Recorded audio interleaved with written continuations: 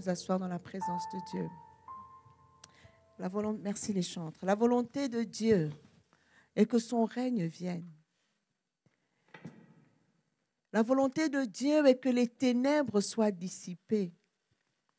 Mais qu'est-ce qui dissipe les ténèbres si ce n'est la lumière?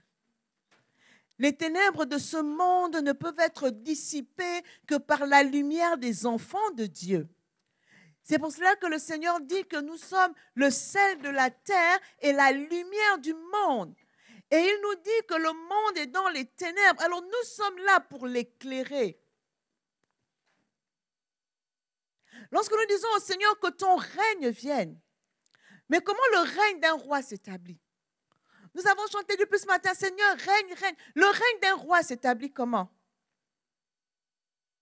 Lorsque ces instructions sont appliquées. Lorsque la politique qu'il définit pour le royaume est appliquée. Lorsque les instructions qu'il donne sont suivies à la lettre, à ce moment-là, son règne s'établit. Mais nous ne pouvons pas demander à Dieu d'établir son règne si nous ne sommes pas prêts à obéir. Parce que le règne de Dieu s'établit par notre obéissance. S'il y a un roi qui donne des ordres et que personne n'obéit, on arrive à quoi? On arrive à l'anarchie. On arrive à la rébellion. On arrive au chaos. L'autorité d'un roi se voit dans l'obéissance de ses sujets.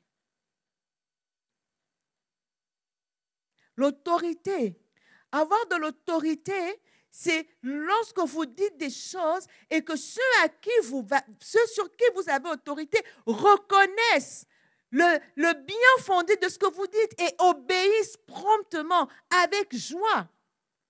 C'est ce qu'on appelle avoir de l'autorité. Ceux qui n'ont pas d'autorité poussent à l'obéissance par la répression. Ils obligent les gens à obéir contre leur gré. Les gens ne sont pas convaincus de ce qu'ils font, mais ils doivent faire parce qu'ils ont peur des représailles. Ce n'est pas ça, avoir de l'autorité. Si nous reconnaissons l'autorité de notre Dieu, ça signifie que nous reconnaissons dans sa parole, nous reconnaissons dans ses instructions ce dont nous avons réellement besoin. Nous reconnaissons que sa parole est la vérité, alors nous obéissons avec joie. On n'obéit pas par peur de sanctions. On obéit parce qu'on reconnaît la grandeur de celui qui nous parle. On reconnaît la justice, on reconnaît qui il est et nous reconnaissons le bien fondé de ce qu'il nous dit. Alléluia. Hier, nous parlions à la maison des enfants qui, quand ils sont dans un certain cadre, ils ne font pas d'erreur. Ils ont l'air sages parce qu'il y a un cadre. Mais dès qu'ils sortent de ce cadre, on parlait que leur vie se dissolve complètement. Et je disais à mon interlocuteur, ça veut dire que l'éducation a échoué. Parce que lorsqu'on a éduqué quelqu'un, c'est qu'il doit intégrer cette éducation, il doit intégrer les valeurs qui lui ont été communiquées et être capable de les mettre en œuvre, même sans la surveillance de ceux qui l'ont éduqué. C'est là qu'on reconnaît qu'on a réussi. Lorsque ceux qui ont éduqué, lorsque ceux qui sont en position d'autorité ne sont pas là et qu'on vient leur dire que votre enfant, même quand vous n'êtes pas là, il est sage. Mais si l'enfant n'est sage que parce qu'il a peur de la chicotte du père, le jour où le père n'est pas là avec la chicotte et qu'il se laisse aller à tous les travers que le père ne voulait pas, ça veut dire qu'il n'a pas reçu l'éducation. Ça veut dire qu'il n'a pas intégré ce qu'on a voulu lui apprendre. Et malheureusement, parfois, les chrétiens sont comme ça. Dans le cadre de l'Église, ils ont une certaine attitude, comme s'ils vivaient devant le pasteur et devant les frères en Christ. Et quand ils sont en dehors, on a du mal à voir le fruit de leur chrétienté. On a du mal à voir la manifestation de la nature de Dieu en eux. Or, le but est que nous soyons transformés à l'image de Dieu et que nous manifestions cette nature de Dieu partout. Parce que nous avons une seule vie. Nous n'avons pas trois vies. Nous n'avons pas des dédoublements de personnalité. On n'est pas un ange à l'église et un diablotin en dehors de l'église. On n'est pas un homme gentil au milieu des frères. Gentil avec sa femme au milieu des frères alors qu'on la bat quand on est à la maison. Il y a un problème. Parce que nous devons manifester les œuvres de Dieu pour que le règne de Dieu s'établisse et que la gloire de Dieu paraisse.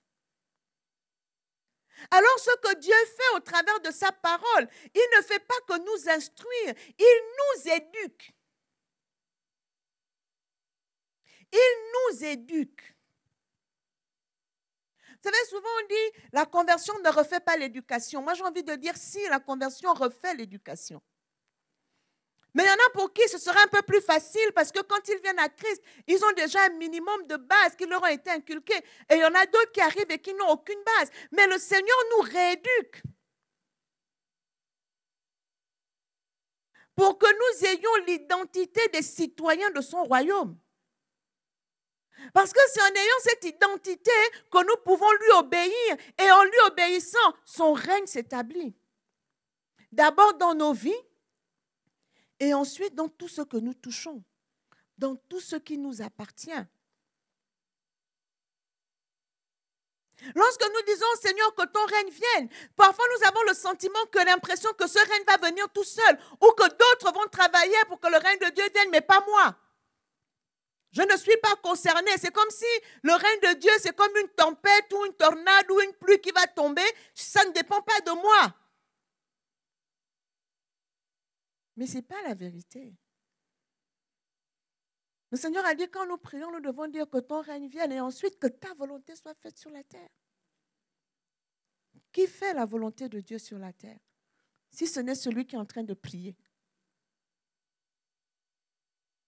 Quand tu dis à Dieu, Seigneur, que ta volonté soit faite, qui va la faire si ce n'est toi? Si tu ne veilles pas, toi, à accomplir déjà la volonté de Dieu, qui va le faire? Tu pries pour que qui le fasse? Si ce n'est pas toi, ce sera qui? Chacun de nous a la responsabilité de veiller à ce que la volonté de Dieu s'accomplisse, d'abord dans sa vie. Et c'est le sens de la prière, aller à Dieu pour découvrir sa volonté. Dire, Seigneur, qu'est-ce que tu veux que je fasse? Qu'est-ce que tu attends dans cette circonstance, dans cette condition? Qu'est-ce que tu attends? Parce que les voies de Dieu sont les meilleures. Parce que la volonté de Dieu est parfaite. Et que la volonté de Dieu n'est jamais en notre défaveur. Jamais.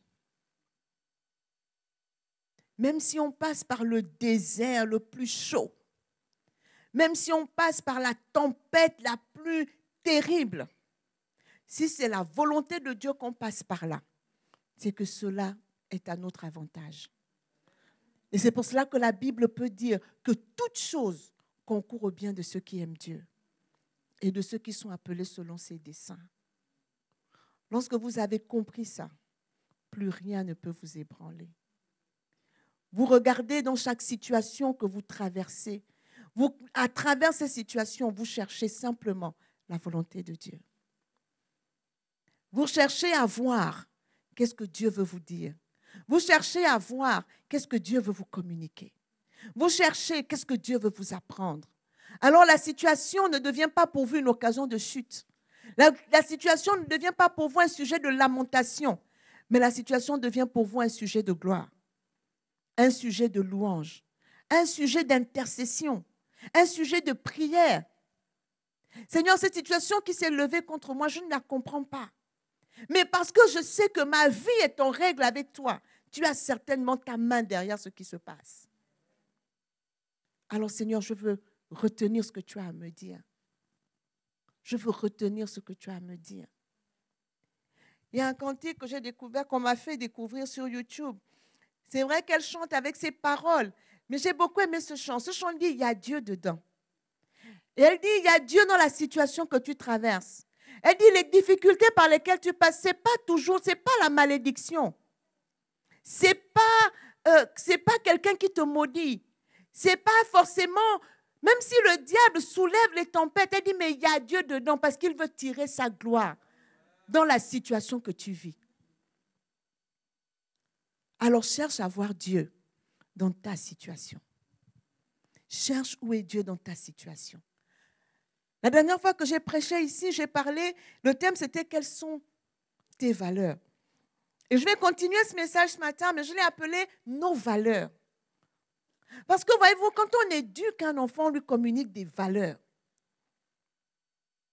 On communique des valeurs.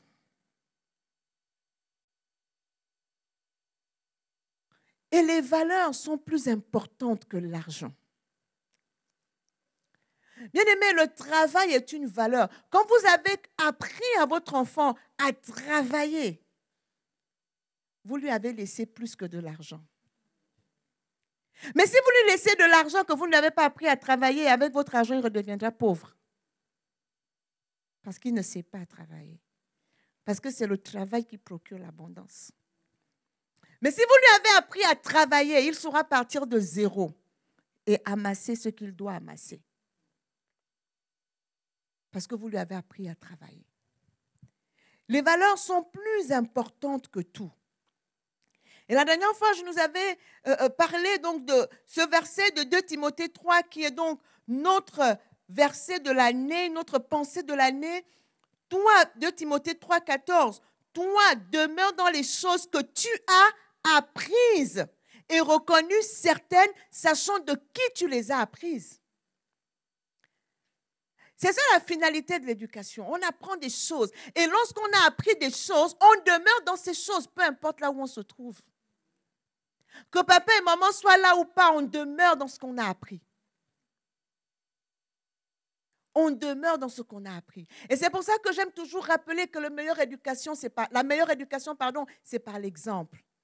Et c'est ce que l'apôtre Paul dit au départ. Il dit à Timothée au verset 10, « Pour toi, tu as suivi de près mon enseignement, ma conduite, mes résolutions, ma foi, ma douceur, ma charité, ma constance, mes persécutions et mes souffrances. » Il dit, tu as vu ça de près.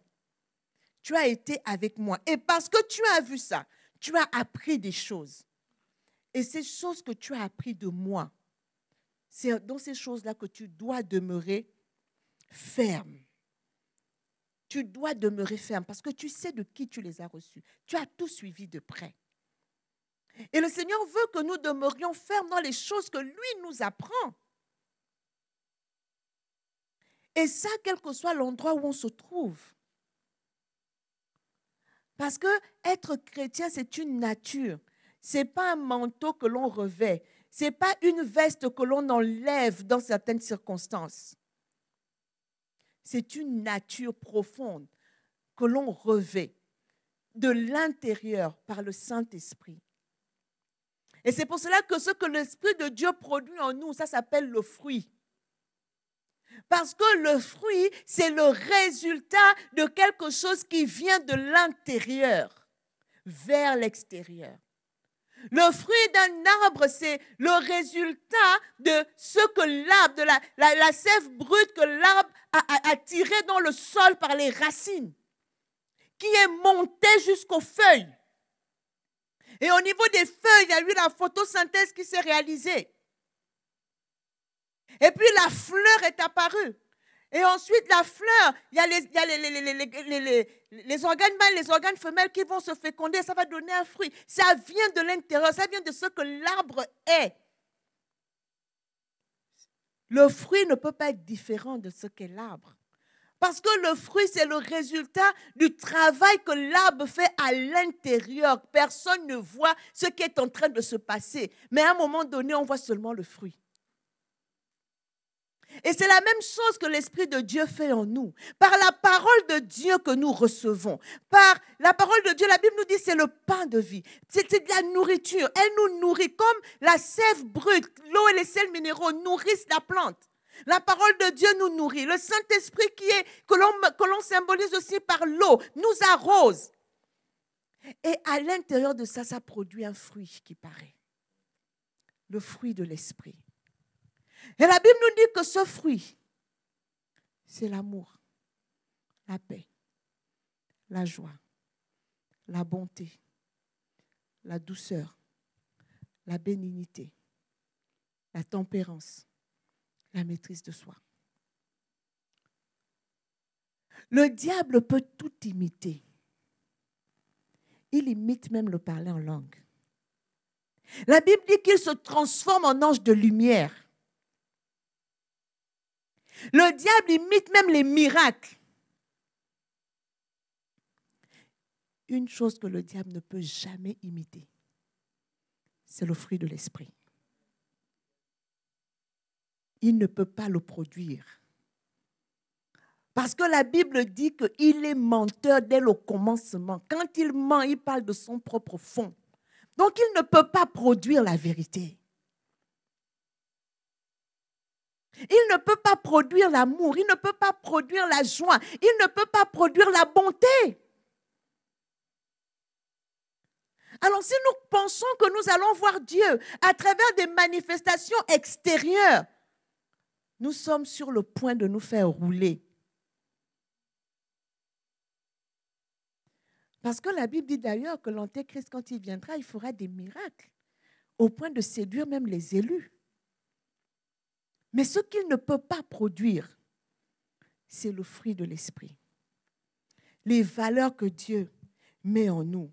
Et quand on regarde 2 Timothée 3, les versets 1 à 5, l'apôtre Paul dit à Timothée, « Sache que dans les derniers jours, il y aura des temps difficiles. » Il dit, parce que les hommes seront égoïstes, amis de l'argent, fanfarons, hautains, blasphémateurs, rebelles à leurs parents, ingrats, irréligieux, insensibles, déloyaux, calomniateurs, intempérants, cruels, ennemis de gens de bien, traîtres, emportés, enflés d'orgueil, aimant le plaisir plus que Dieu, ayant l'apparence de la piété, mais reniant ceux qui en fait la force.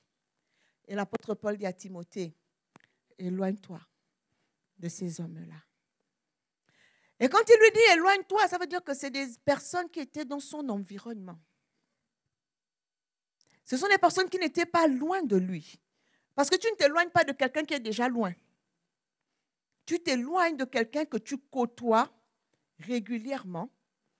Mais quand tu vois que son fruit n'est pas celui qu'il aurait dû être, l'apôtre Paul dit éloigne-toi.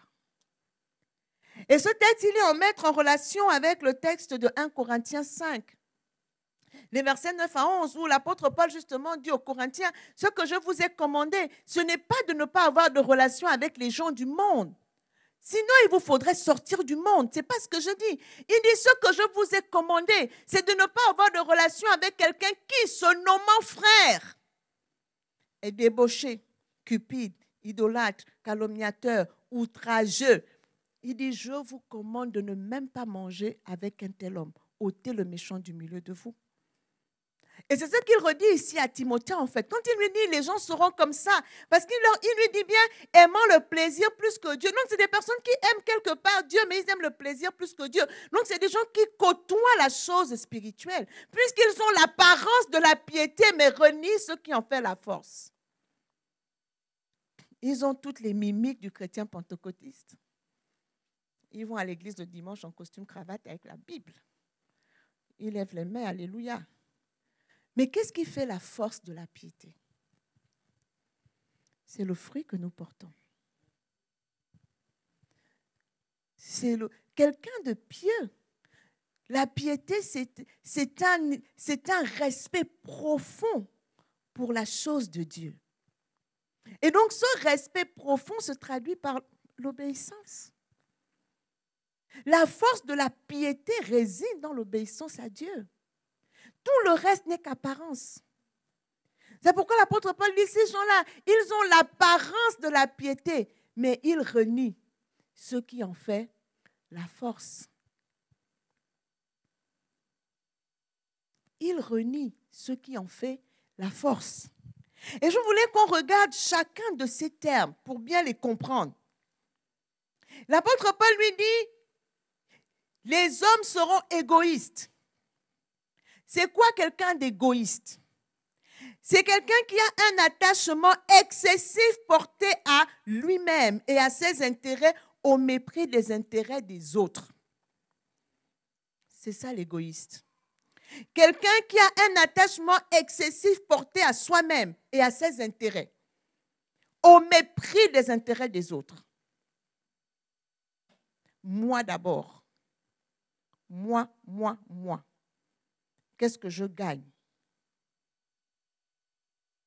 Et c'est ça qui détruit beaucoup de relations. Et même pour parler de nos pays, c'est ça qui détruit la gouvernance. Quand on gouverne, quand on dirige un groupe en plaçant au centre de sa gouvernance ses intérêts personnels au mépris des intérêts des autres. Combien de chrétiens on entend dire, en tout cas moi je viens à l'église, c'est ma relation avec le Seigneur, le reste ne me regarde pas. Ouais, mais il y a 2 commandements, tu aimeras le Seigneur ton Dieu et tu aimeras ton prochain comme toi-même. Donc tu fais comment? La qualité de notre relation avec Dieu se voit par la qualité de notre rapport au prochain. Les deux sont indissociables. C'est pour cela que la Bible dit que tu ne peux pas aimer Dieu que tu ne vois pas et haïr ton frère que tu vois. Il y a un mensonge quelque part. Et l'apôtre Paul lui dit, dans les derniers temps, les hommes seront égoïstes. Ils seront amis de l'argent.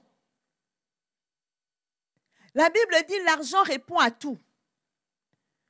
Mais elle ajoute que l'amour de l'argent, lui, est la racine de tous les maux. L'argent n'est pas le problème. Le problème, c'est l'amour de l'argent. Et même dans l'Église, on déguise l'amour de l'argent par la recherche de la bénédiction. Qui a dit que la bénédiction était uniquement matérielle? Qui a dit que la bénédiction, c'était uniquement l'argent? Qui a dit ça? Alors on trouve des subterfuges pour s'installer dans l'amour de l'argent, que pourtant la Bible condamne. La Bible dit ils seront fanfarons. Fanfaron, c'est quelqu'un qui se vante avec exagération d'exploits réels ou imaginaires. C'est ça un fanfaron. Vous avez déjà certainement rencontré des gens qui ont toujours raison. Quel chose qui se passe, ils vous diront, je vous avais dit non. Je t'avais dit. Non, mais j'avais dit. C'est toujours eux qui disent. C'est toujours eux qui annoncent. Même quand ils ne vous ont pas dit. Ils vont vous dire que non, mais ce qui arrive là, mais j'avais prédit ça. Toi aussi. Comment? Tu ne te rappelles pas? Être fanfaron. Se vanter avec exagération d'exploits réels ou imaginaires. Parce qu'en réalité, la Bible dit qu'un autre te loue et non ta bouche. Qu'un autre te loue et non ta bouche. Si tu as accompli des exploits, laisse les autres le dire. Vous savez, un jour, j'ai mené une opération et il y a une personne de mon entourage qui m'a dit, mais Madame, non, pourquoi vous ne parlez pas de ce que vous avez fait là? Je lui ai dit, je n'en parlerai pas. Elle m'a dit, pourquoi? Je lui ai dit, parce que mes œuvres doivent parler pour moi. Et si mes œuvres ne parlent pas encore suffisamment, c'est que soit elles ne sont pas assez grandes, soit elles ne sont pas assez nombreuses. Donc, je dois me taire et continuer à travailler jusqu'à ce que ce soit les œuvres qui parlent. Si tes œuvres ne parlent pas encore pour toi, c'est qu'elles ne sont pas assez nombreuses. Elles ne sont peut-être pas assez nombreuses, elles n'ont peut-être pas encore atteint la dimension qu'elles doivent atteindre. Alors, continue à travailler. Continue à travailler. Ce n'est pas pour le moindre bienfait qu'on va venir sur la place publique pour dire « j'ai fait ». C'est pour ça que la Bible nous dit même que quand la main droite fait l'aumône, la main gauche ne doit pas savoir. C'est pour dire que le bien que nous faisons, nous devons le faire dans la discrétion. On n'a pas besoin de fanfaronner, c'est-à-dire de se vanter avec exagération d'exploits réels ou imaginaires. Donc, le problème n'est pas que le fait est imaginaire, il peut aussi être réel. Tu peux réellement avoir fait quelque chose, mais tu n'as pas à t'en vanter de façon excessive.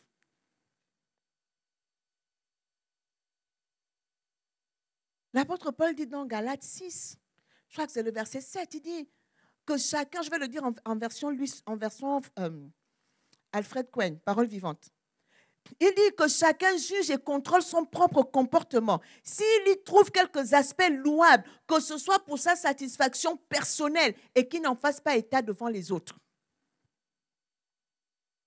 Il dit que chacun juge et contrôle son propre comportement. S'il y trouve quelques aspects louables, que ce soit pour sa satisfaction personnelle et qu'il n'en fasse pas état devant les autres. Que chacun contrôle son comportement. Si tu trouves qu'il y a des choses que tu as bien faites, alléluia. Le Seigneur ne veut pas que nous soyons des fanfarons. Ensuite, il dit, les hommes seront hautains. Un hautain, c'est quelqu'un dont les manières sont dédaigneuses, qui montre de l'arrogance. Dieu ne veut pas ça. Alors, il y a des personnes qui disent parfois, non, en fait, c'est juste une apparence. Il a l'air arrogant, mais il ne l'est pas. Le Seigneur Jésus a dit, nettoyez l'intérieur de la coupe et l'extérieur sera net. Si quelqu'un perçoit de l'arrogance chez toi, si quelqu'un perçoit de l'orgueil, rentre dans la prière. Dis à Dieu, Seigneur, peut-être que je n'ai pas conscience de ce qui se passe, mais montre-moi. Il ne faut pas trouver des subterfuges, des excuses du style, non, c'est juste l'apparence. Ce n'est pas vrai. Ce n'est pas vrai. Si l'apparence est encore là, ça veut dire qu'il y a encore du travail à faire à l'intérieur. Parce que le Seigneur Jésus a dit, si on nettoie l'intérieur, ça se fera à l'extérieur. Donc, notre extérieur doit refléter ce que nous sommes à l'intérieur. Si à l'intérieur, il n'y a pas d'arrogance, si à l'intérieur, il n'y a pas d'orgueil, il n'y a pas de raison qu'à l'extérieur, cela se voit. Ça veut dire qu'il y a un travail qui doit encore être fait. La Bible dit, les hommes seront blasphémateurs. Un blasphémateur, c'est une personne dont les propos et le discours sont outrageants, ça veut dire insultants à l'égard de la religion, mais aussi à l'égard de Dieu et de tout ce qui est sacré ou considéré comme tel. Pardon. Les blagues déplacées avec le nom de Dieu. Les blagues déplacées parfois avec des versets bibliques. C'est le blasphème. Avoir les propos ou le discours qui est insultant, méprisant à l'égard de la religion ou à l'égard de Dieu ou de tout ce qui est sacré ou considéré comme tel. Il y a des choses qui sont sacrées avec lesquelles on ne peut pas jouer. C'est pour ça que le Seigneur Jésus a dit, ne donnez pas les choses saintes aux chiens. Ça veut dire, il disait, ne donnez pas des choses saintes à des gens qui n'en connaissent pas la valeur et qui vont les mépriser. Il dit, ne jetez pas des perles au pourceau et ne donnez pas des choses saintes aux chiens. Ne soyons pas des chiens qui méprisent des choses saintes. Les choses saintes doivent avoir la considération qui leur est due. C'est cela la piété. Avoir de la considération pour les choses saintes. La Bible nous dit qu'ils seront rebelles à leurs parents. J'ai envie de dire spirituel comme naturel. Un rebelle, c'est quelqu'un qui ne reconnaît pas l'autorité qui est légitime et se révolte contre elle. C'est ça un rebelle. Il ne reconnaît pas l'autorité qui est légitime.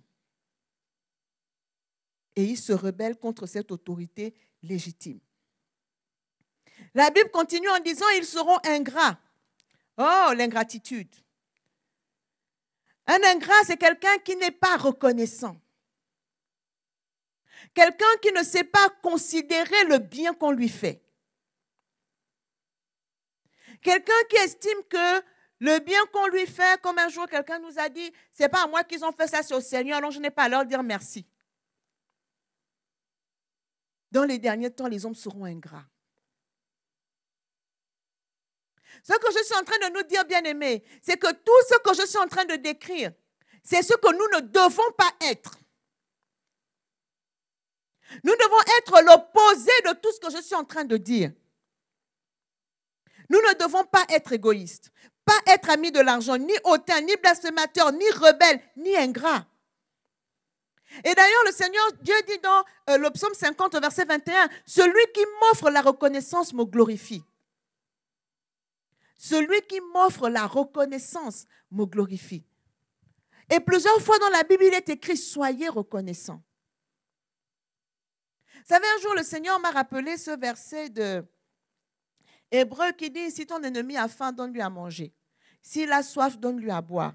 En agissant ainsi, tu amasseras des charbons ardents sur sa tête. Et le Seigneur me montrait que cette parole, en fait, elle est rétroactive.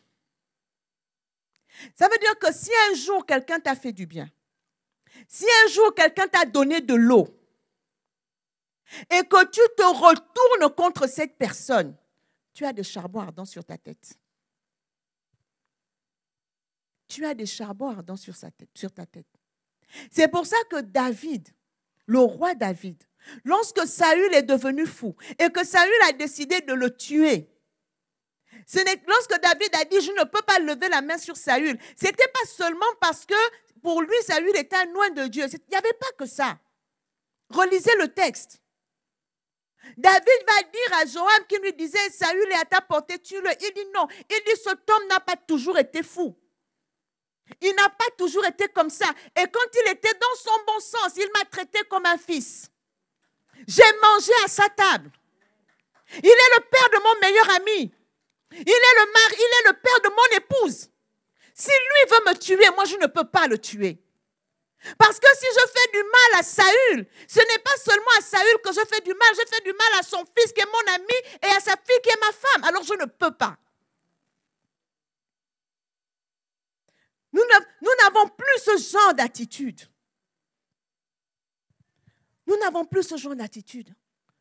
Quelle promptitude nous avons à cracher sur les gens. Quelle promptitude nous avons à rompre des relations. En oubliant que lorsque tu as été en grande difficulté, ces gens étaient là. Alors même si aujourd'hui ils ne sont plus bien avec toi, ferme ta bouche et bénis-les. Continue de les bénir. Continue de les bénir. Comme disent nos bien-aimés ivoiriens, laisse Dieu faire ton palabre. Ne fais pas le palabre. Laisse Dieu faire ton palabre. Et beaucoup de gens ne savent pas que lorsqu'ils offensent une personne, ils pensent peut-être qu'ils offensent la personne. Mais lorsque vous offensez une personne, ce que vous ne réalisez pas, c'est que vous avez offensé tous ceux qui l'aiment. Vous avez offensé tous ceux qui comptent pour lui. Lorsque vous insultez, lorsque vous faites du mal à un père de famille, vous faites du mal à tous ses enfants. En fait, vous ne réalisez même pas le nombre d'ennemis que vous vous fabriquez en un instant. Vous pensez peut-être que vous avez fait du mal à quelqu'un, mais il a un père, une mère, qui ont des frères et sœurs. Il a des enfants. Il a les amis de ses enfants, les amis des amis des amis. Vous ne réalisez pas que toutes les personnes pour qui cette personne-là compte, vous les avez retournées contre vous en une fois.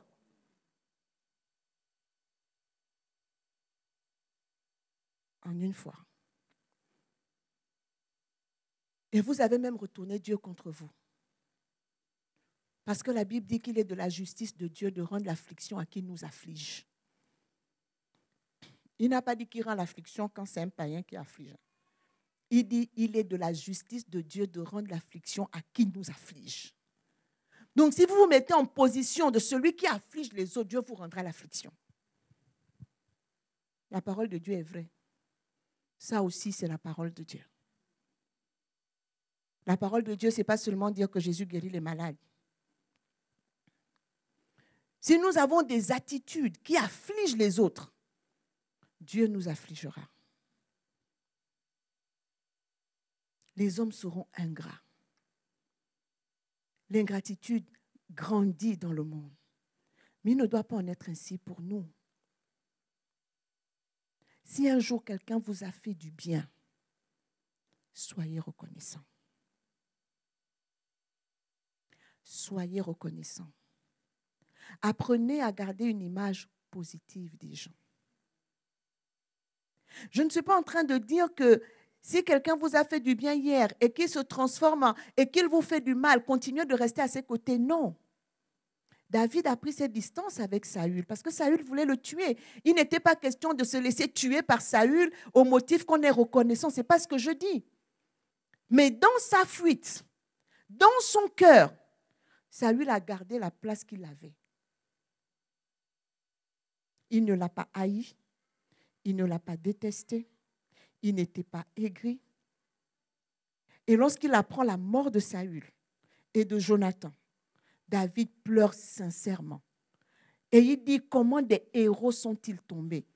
Il déplore le fait que Saül se soit si éloigné de Dieu qu'il est allé mourir dans un combat parce que Dieu n'était pas avec lui. Il ne se réjouit pas du malheur de son ennemi. D'ailleurs, Dieu dit, ne te réjouis pas du malheur de ton ennemi, de peur que Dieu ne le voie et ne se détourne de toi. Bien aimés, lisons bien la Bible. On ne se réjouit jamais du malheur de quelqu'un. Parce que Dieu ne veut le malheur de personne. Personne. La Bible dit que Dieu ne veut même pas la mort du pécheur, mais il veut que le pécheur se répande et parvienne à la connaissance de la vérité. C'est ce que Dieu veut. Et si les gens sont têtes dans leur méchanceté, leur sang retombera sur leur tête. La Bible dit que les hommes seront ingrats, manquer de reconnaissance. Il nous dit que les hommes seront irreligieux. Irreligieux. Ils ne vont plus s'attacher à la chose de Dieu. La Bible dit qu'ils seront insensibles. Insensibles. Vous savez, j'ai regardé les synonymes, on disait que quelqu'un d'ingrat, je vais quand même vous le dire, le synonyme c'est stérile, caillouteux, improductif, infertile, inhospitalier. Quelqu'un qui est ingrat. L'ingratitude, parfois, nous mène à la stérilité. On ne porte pas de fruits. Quelqu'un d'irreligieux, c'est quelqu'un qui n'a pas de croyance religieuse et qui s'oppose à la religion. Quelqu'un d'insensible, c'est quelqu'un qui n'a pas ou qui a peu d'émotions. Il n'a pas de réaction face à des situations qui sont terribles. Combien nous devenons insensibles aux autres, insensibles aux besoins des autres. Alors que la Bible dit, veillez les uns sur les autres. Veillez les uns sur les autres. Bien aimés, nous sommes tous des bergers, des pasteurs quelque part. Ne soyons pas des Caïns. Quand Dieu lui demande, oui, Abel, il dit, suis-je le gardien de mon frère? Oui, tu es le gardien de ton frère. Et ton frère aussi est ton gardien. Nous sommes gardiens les uns des autres. La Bible dit, les hommes seront déloyaux. Quelqu'un de déloyal, c'est une personne qui trahit. Il trahit un accord. Il trahit, il ne respecte pas. Il n'est pas fidèle. Et quelqu'un de déloyal, les synonymes, c'est sournois, perfide, hypocrite, infidèle, malhonnête, trompeur, fourbe. Action qui est réalisée de mauvaise foi, dans l'intention de nuire. C'est ça la déloyauté. La Bible dit qu'ils seront calomniateurs, c'est-à-dire qu'ils portent des accusations mensongères. Intempérants, ça veut dire qu'ils sont excessifs. Des personnes qui ne parviennent pas à se modérer. Dans les abus, ils sont toujours dans l'excès. La Bible dit cruel, qui prend plaisir à faire ou à voir souffrir. Quelqu'un souffre, toi, ça te fait rire. C'est ça la cruauté. Ce n'est pas forcément aller prendre le couteau et tuer quelqu'un. Mais si la souffrance des gens ne te pousse pas à l'action pour les aider, au contraire, tu es insensible à cette souffrance ou même tu y prends plaisir, ça te fait même du bien. C'est ça la cruauté. Et quand la Bible dit qu'ils seront ennemis de gens de bien, un ennemi, c'est une personne qui est hostile et cherche à nuire. C'est une personne qui a de l'aversion pour quelqu'un. Et donc, dans les temps de la fin, la Bible nous dit que les gens seront hostiles et chercheront à nuire à ceux qui font du bien. Ils auront même pour eux de l'aversion. Et ça fait que beaucoup de chrétiens ont peur de faire le bien.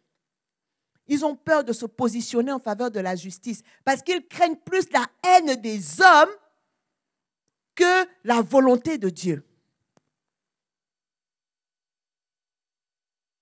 La peur triomphe Et pourtant, nous chantons, je ne suis plus esclave de la peur. Mais il y a des situations d'injustice que nous laissons prospérer parce que nous avons peur de nous positionner, parce que derrière, il peut y avoir des représailles. Parce que derrière, il peut y avoir de la haine. Les gens peuvent se liguer contre nous. Mais donc, on se tait et on adopte un silence complice qui laisse prospérer le mal, qui laisse prospérer l'iniquité. Ou bien on se dit, non, moi je suis neutre. Mais la neutralité profite toujours à l'oppresseur. La neutralité ne profite jamais à la victime. Dieu n'a pas été neutre dans notre cas. Il a envoyé Jésus mourir pour que nous soyons sauvés, pour nous arracher des mains du diable et nous amener dans son royaume. Il n'est pas resté neutre. Ça lui a coûté la vie. Ça lui a coûté la croix. Ça lui a coûté le fouet. Ça lui a coûté la couronne d'épines. Mais il a payé ce prix pour nous. L'apôtre Paul disait, si je cherchais à plaire aux hommes, je ne serais pas serviteur de Dieu. Combien de situations nous laissons prospérer, situations de mal, d'iniquité que nous laissons prospérer. Parfois même dans l'église, vous savez que telle vit dans le péché, sa situation va nuire à l'église. Mais on a peur de parler. Non, si c'est moi qui parle, non, ça va tomber sur moi. Non, il ne faut pas que j'aille dire au pasteur, sinon on saura que c'est moi. Et le mal prospère. Parce que le mal prospère là où il y a le silence. La Bible dit, celui qui agit selon Dieu vient à la lumière, parce que ses œuvres sont faites en Dieu. Mais celui qui n'agit pas selon Dieu, la Bible dit quoi? Il reste dans les ténèbres. Les ténèbres font prospérer le mal. Et les ténèbres, c'est quoi? C'est le silence. On fait genre, ça ne me regarde pas. Comme on dit chez nous, on enlève son corps. On ne veut pas aller se battre. On ne veut pas aller au charbon. Mais le règne de Dieu, c'est quoi? C'est que tu résolves la situation que tu es en train de fuir. C'est toi qui dois la résoudre. Si le Seigneur t'a montré une injustice, tu as un rôle à jouer pour qu'elle soit corrigée. Ne fuis pas. Un traître, c'est une personne donc qui trahit. Trahir, c'est livrer ou abandonner quelqu'un à qui l'on doit de la fidélité. Et un traître, c'est quelqu'un qui est nuisible sans le paraître, sans que l'on s'en doute. Quelqu'un qui a cessé d'être fidèle. C'est ça le traître. Quelqu'un, il livre ou il abandonne quelqu'un à qui il doit de la fidélité. C'est quelqu'un qui est nuisible sans le paraître. Ça veut dire qu'il est là avec vous comme si tout était bien, alors qu'il vous fait du mal derrière, sans que l'on ne s'en doute. C'est quelqu'un qui a cessé d'être fidèle. L'orgueil, c'est une opinion très avantageuse qu'une personne a de sa propre valeur au dépend de la considération due à autrui. Et lorsqu'on dit que quelqu'un est enflé, emporté, et quelqu'un d'emporté, c'est quelqu'un de violent qui s'emporte facilement. C'est quelqu'un de colérique, d'impulsif, de violent. Et c'est quelqu'un des gens qui aiment le plaisir plus que Dieu. Et Dieu veut que nous soyons l'opposé de tout ceci. Dans Jean 14, au verset 30, le Seigneur Jésus dit, « Je ne parlerai plus guère avec vous, car le prince du monde vient, et il n'a rien en moi. » Jean 14, 30. Le Seigneur Jésus dit, le prince du monde vient. Donc le diable, il dit, il n'a rien en moi. Ça veut dire qu'en moi, là, il n'y a rien que le diable peut revendiquer comme étant de sa nature, comme étant de ses œuvres. Il n'y a pas. Et c'est ça qui lui donnait l'autorité. Le diable n'avait rien en lui. Est-ce que chacun de nous peut dire ce matin, le prince de ce monde n'a rien en moi? Il n'y a pas l'orgueil, il n'y a pas l'ingratitude, il n'y a pas la traîtrise, il n'y a pas la fourberie. Je ne suis pas fanfaron, je ne suis pas calomniateur. Le prince de ce monde n'a rien en moi. Voilà ce que Jésus pouvait dire avec assurance. Il n'a rien en moi. 2 Corinthiens 5, 8 à 11, je vais y aller rapidement. Il dit, célébrons donc la fête, non avec du vieux levain, non avec un levain de malice et de méchanceté, mais avec les pains sans levain de la pureté et de la vérité. Je vous ai écrit dans ma lettre de ne pas avoir de relation avec les débauchés, non pas d'une manière absolue, parce que ça, il le reprend dans 1 Corinthiens 5. Il dit, de ce monde, ou avec les cupides, ou les ravisseurs, ou avec les idolâtres, autrement, il vous faudrait sortir du monde. C'est 1 Corinthiens. Il leur dit, maintenant, ce que je vous ai écrit, c'est de ne pas avoir de relation avec quelqu'un qui, se nommant frère, quelqu'un qui, se nommant frère, est débauché, ou cupide, ou idolâtre, ou outrageux, ou ivrogne, ou ravisseur, de ne même pas manger avec un tel homme.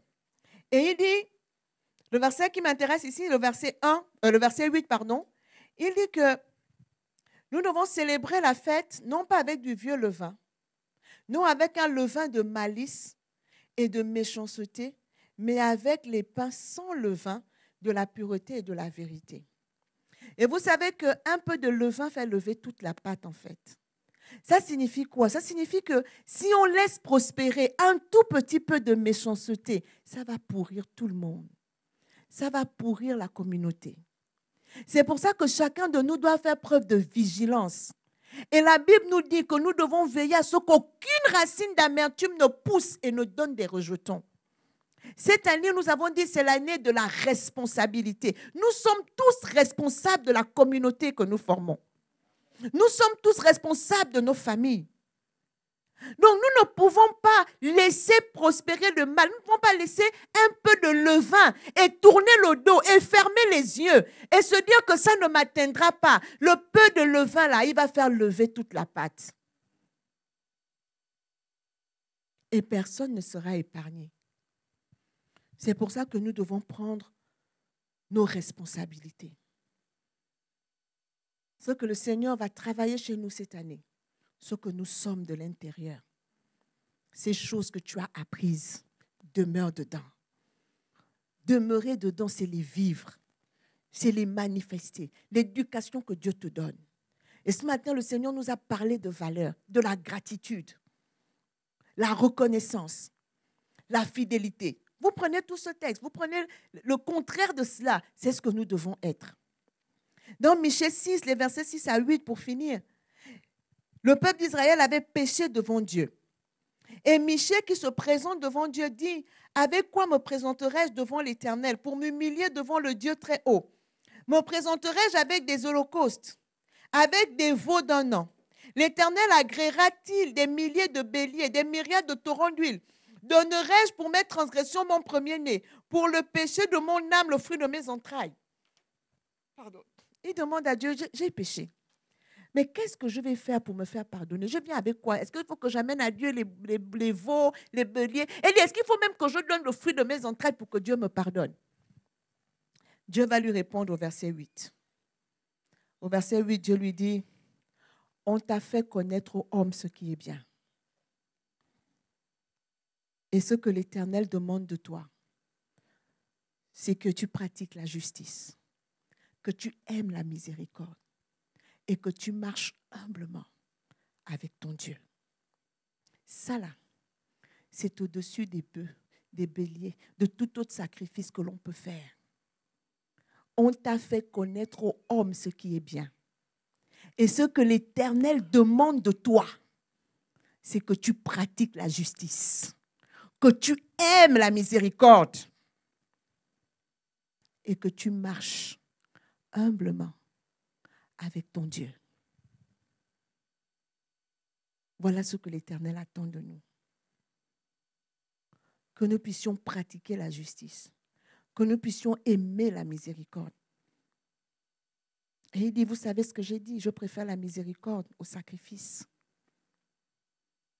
Et que chacun de nous puisse marcher humblement avec son Dieu. Mais ceux qui sont égoïstes, fanfarons, amis de l'argent, hautains, blasphémateurs, rebelles à leurs parents, ingrats, irreligieux, insensibles, déloyaux, calomniateurs, intempérants, cruels, ennemis de gens de bien, traîtres, emportés, enflés d'orgueil, aimant le plaisir plus que Dieu, ayant l'apparence de la piété, mais reniant ceux qui en fait la force. Ces gens-là ne marchent pas avec Dieu. Et si nous sommes venus à Christ et que nous reconnaissons que nous avons en nous ces traits de caractère, nous devons nous tenir devant Dieu et Dieu nous transformera. Il ôtera ça de nous. Et lorsque nous serons en situation, l'Esprit de Dieu te dira, tu es en train de jouer au fanfaron, tais-toi. Quand tu voudras t'enorgueillir, l'Esprit de Dieu te dira, l'humilité précède la gloire. Là, c'est l'orgueil qui veut parler. Tais-toi. C'est ça l'action de l'Esprit de Dieu dans nos vies.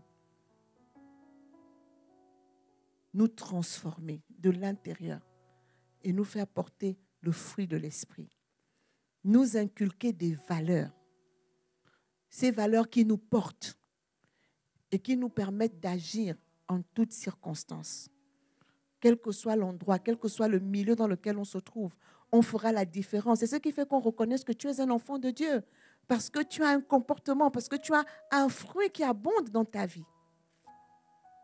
Et c'est par ce fruit-là que tu établis le règne de Dieu dans ta vie et autour de toi. Amen.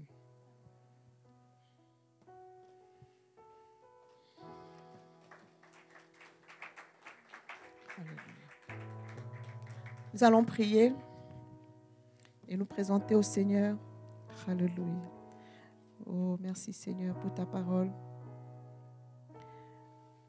Merci Seigneur pour ta parole. Seigneur, tu nous as dit que cette année, c'est l'année de la responsabilité, où nous devons demeurer dans les choses que nous avons apprises.